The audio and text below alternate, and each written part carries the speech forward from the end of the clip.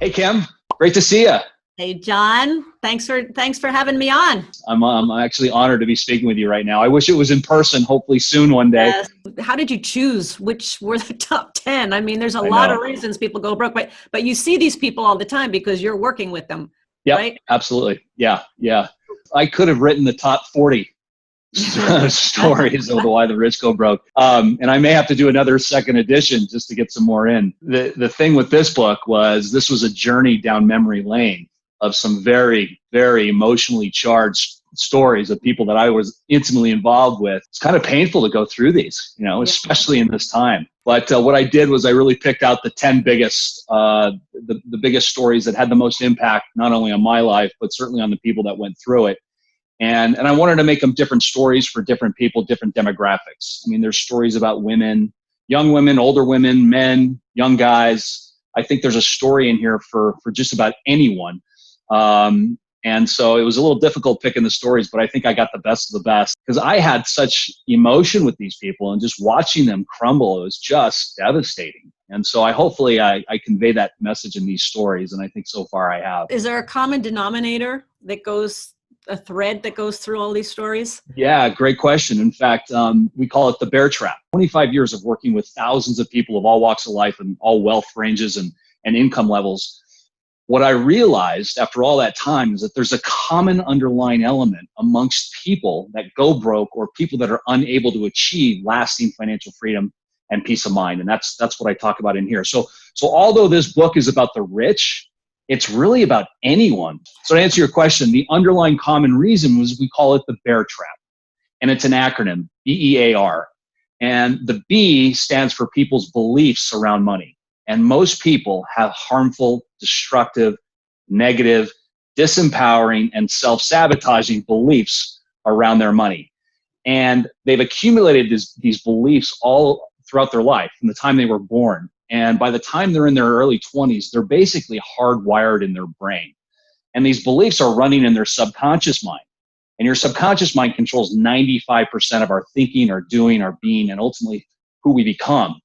And so these beliefs are running nonstop in the back of our brain, uncontrollable, like on autopilot, and dictating what people do, how they act, and ultimately who they become. And these beliefs, I'll give you an example, and you've heard a million of these, I'm sure, Kim. The rich are greedy. It's too complicated. I never learned this in school. I don't have time. I need to keep up with the Joneses. I need that new sports car. I got to have the new flat screen. What will people think of me if I'm rich? What would it? Yes, the rich get richer, the poor get poorer. Yeah. The system's rigged. It's unfair. I'll never succeed. I mean, I could go on forever. And these beliefs are literally running and ruining people's lives. Yeah. So that's the heart of it, really. Do you go into how you overcome or how you identify the beliefs you've got? Yeah, absolutely. In fact, there's a workbook, an accompanying workbook that goes along with this book that really forces people to dig deep and think hard about the beliefs that are really in control of them. So not only does this answer, it not only answers the problem, but I believe it does a really good job in solving the problem as well. So because I know, I mean, I catch myself with these little thoughts and these little beliefs around everything. Yeah, exactly. If you can figure out if you've got a system that can help identify those beliefs, that's 90% of the battle right there. Yeah. And it's kind of interesting when I take people through this process of uncovering their beliefs, there's this aha moment, this awareness where people go, oh my gosh, I had no idea. I've been carrying these beliefs that were given to me by someone that really didn't have my best interest at heart. And I've been carrying them on my shoulders my entire life. It's like a really awakening moment. And it's that awareness that really starts that journey of transformation. And that's what's so powerful. So the E is the excuse. So once they have that harmful belief, it turns into an excuse. For example, the belief is, I need to fit in, or I need to keep up with the Joneses. The excuse is they go out and buy something stupid that they don't need, right? I need to fit in, so I got to have that nice car that I can't afford. And that's what starts the chain reaction that leads people down such a bad path. And then from the excuse, that's the actual action of going out and spending the money on a credit card they don't have. And I can give you another example of that. And then the R is the result. That's what actually happens in the end, living paycheck to paycheck, not being able to afford your rent or what have you. But it all starts with people's harmful beliefs. So let me ask, because I like that acronym, because I hear excuses all the time, especially when I talk to women about money. It's like, well, I don't have any money. I don't have the education. I'm not smart enough. They're all just excuses because none of that matters at all. Yep. And the belief is I'm not smart enough, which is a lie right there. That's a belief it's not serving. I hear it all the time. So when you talk about these stories, the rich, are they really rich? Or they just look rich? Some were very rich.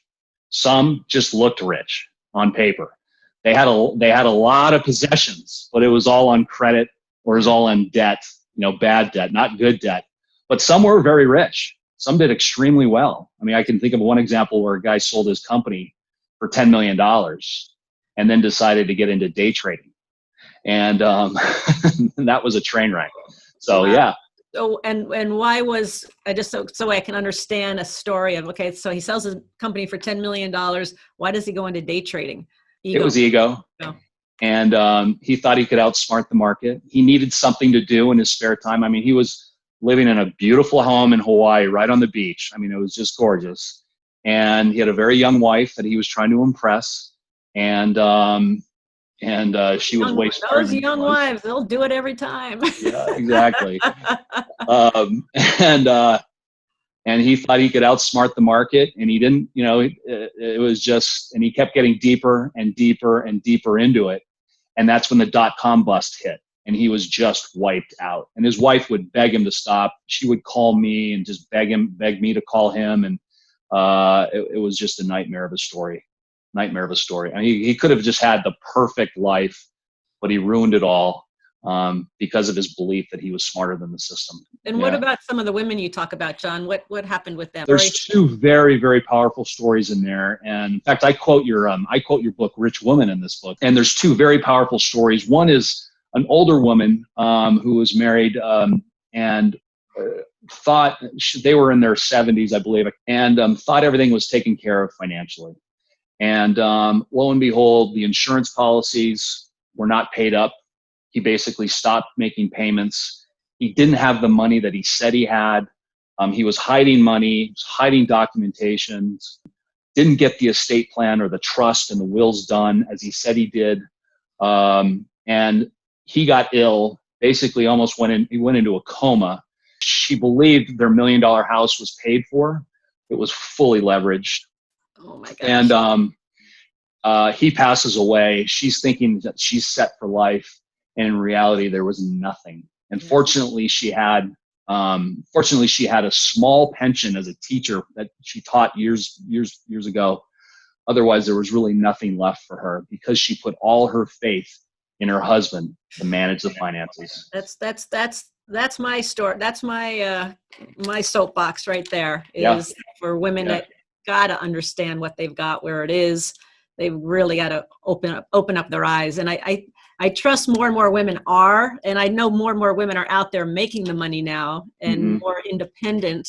Yeah. But of course, I want to see more women. I want to see all women understanding where they're at, what they've got. And it sounds like that's what's happened in a lot of your cases is that the financial education, when people come to you, do they have financial sense? Sadly not. And, the school system basically failed them in this regard, as we all know. But most of the time, the individuals come to me with what I call a junk drawer of financial products and services and documents and contracts. Half the time, most of the information's missing. It's this shoebox full of stuff, and they just throw it on my desk and they say, John, I have no idea what any of this stuff is. Can you help me sort it out? Most of my time initially in the first several meetings is just spent organizing people's finances. Because I will tell you, there is a direct correlation between financial disorganization and financial devastation.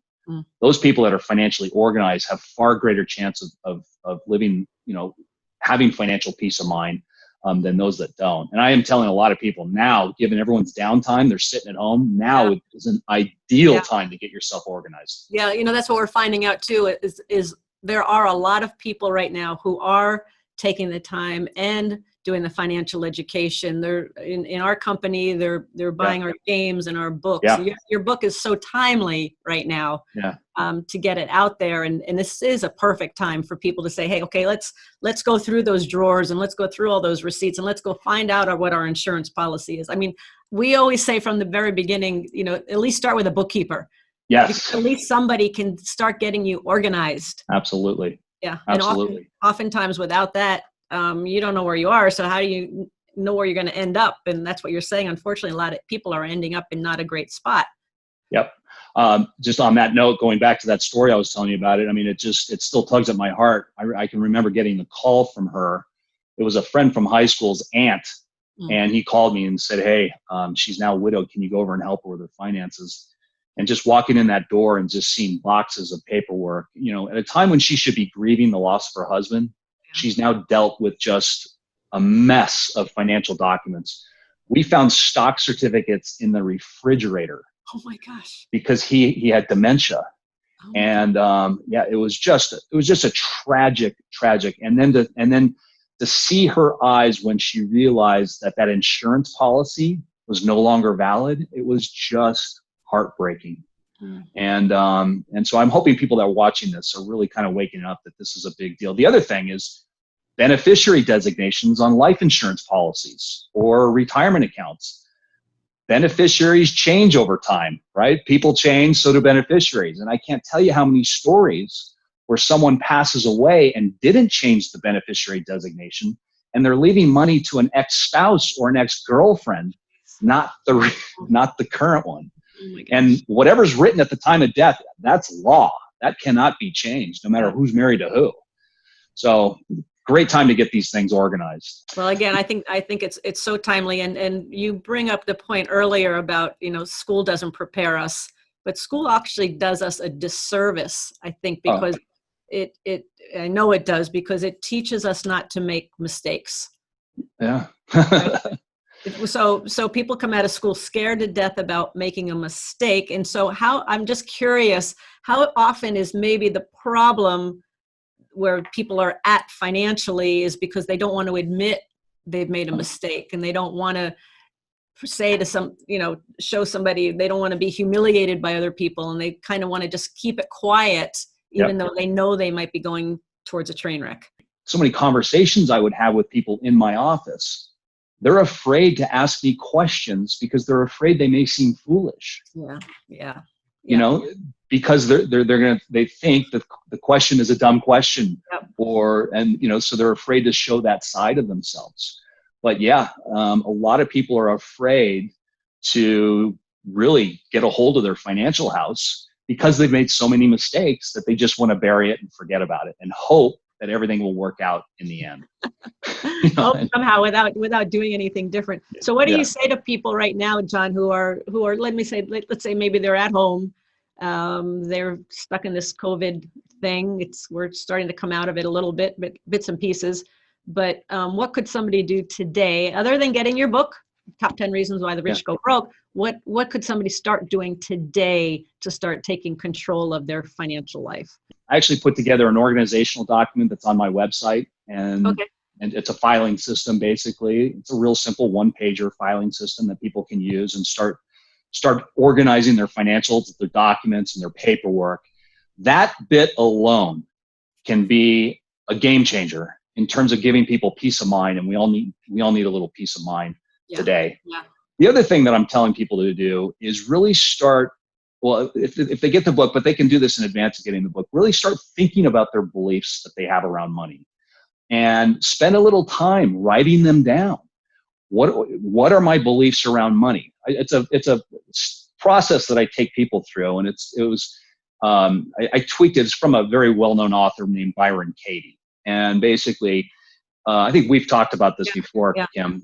Write down all your beliefs, and then look at each one and identify where that belief came from.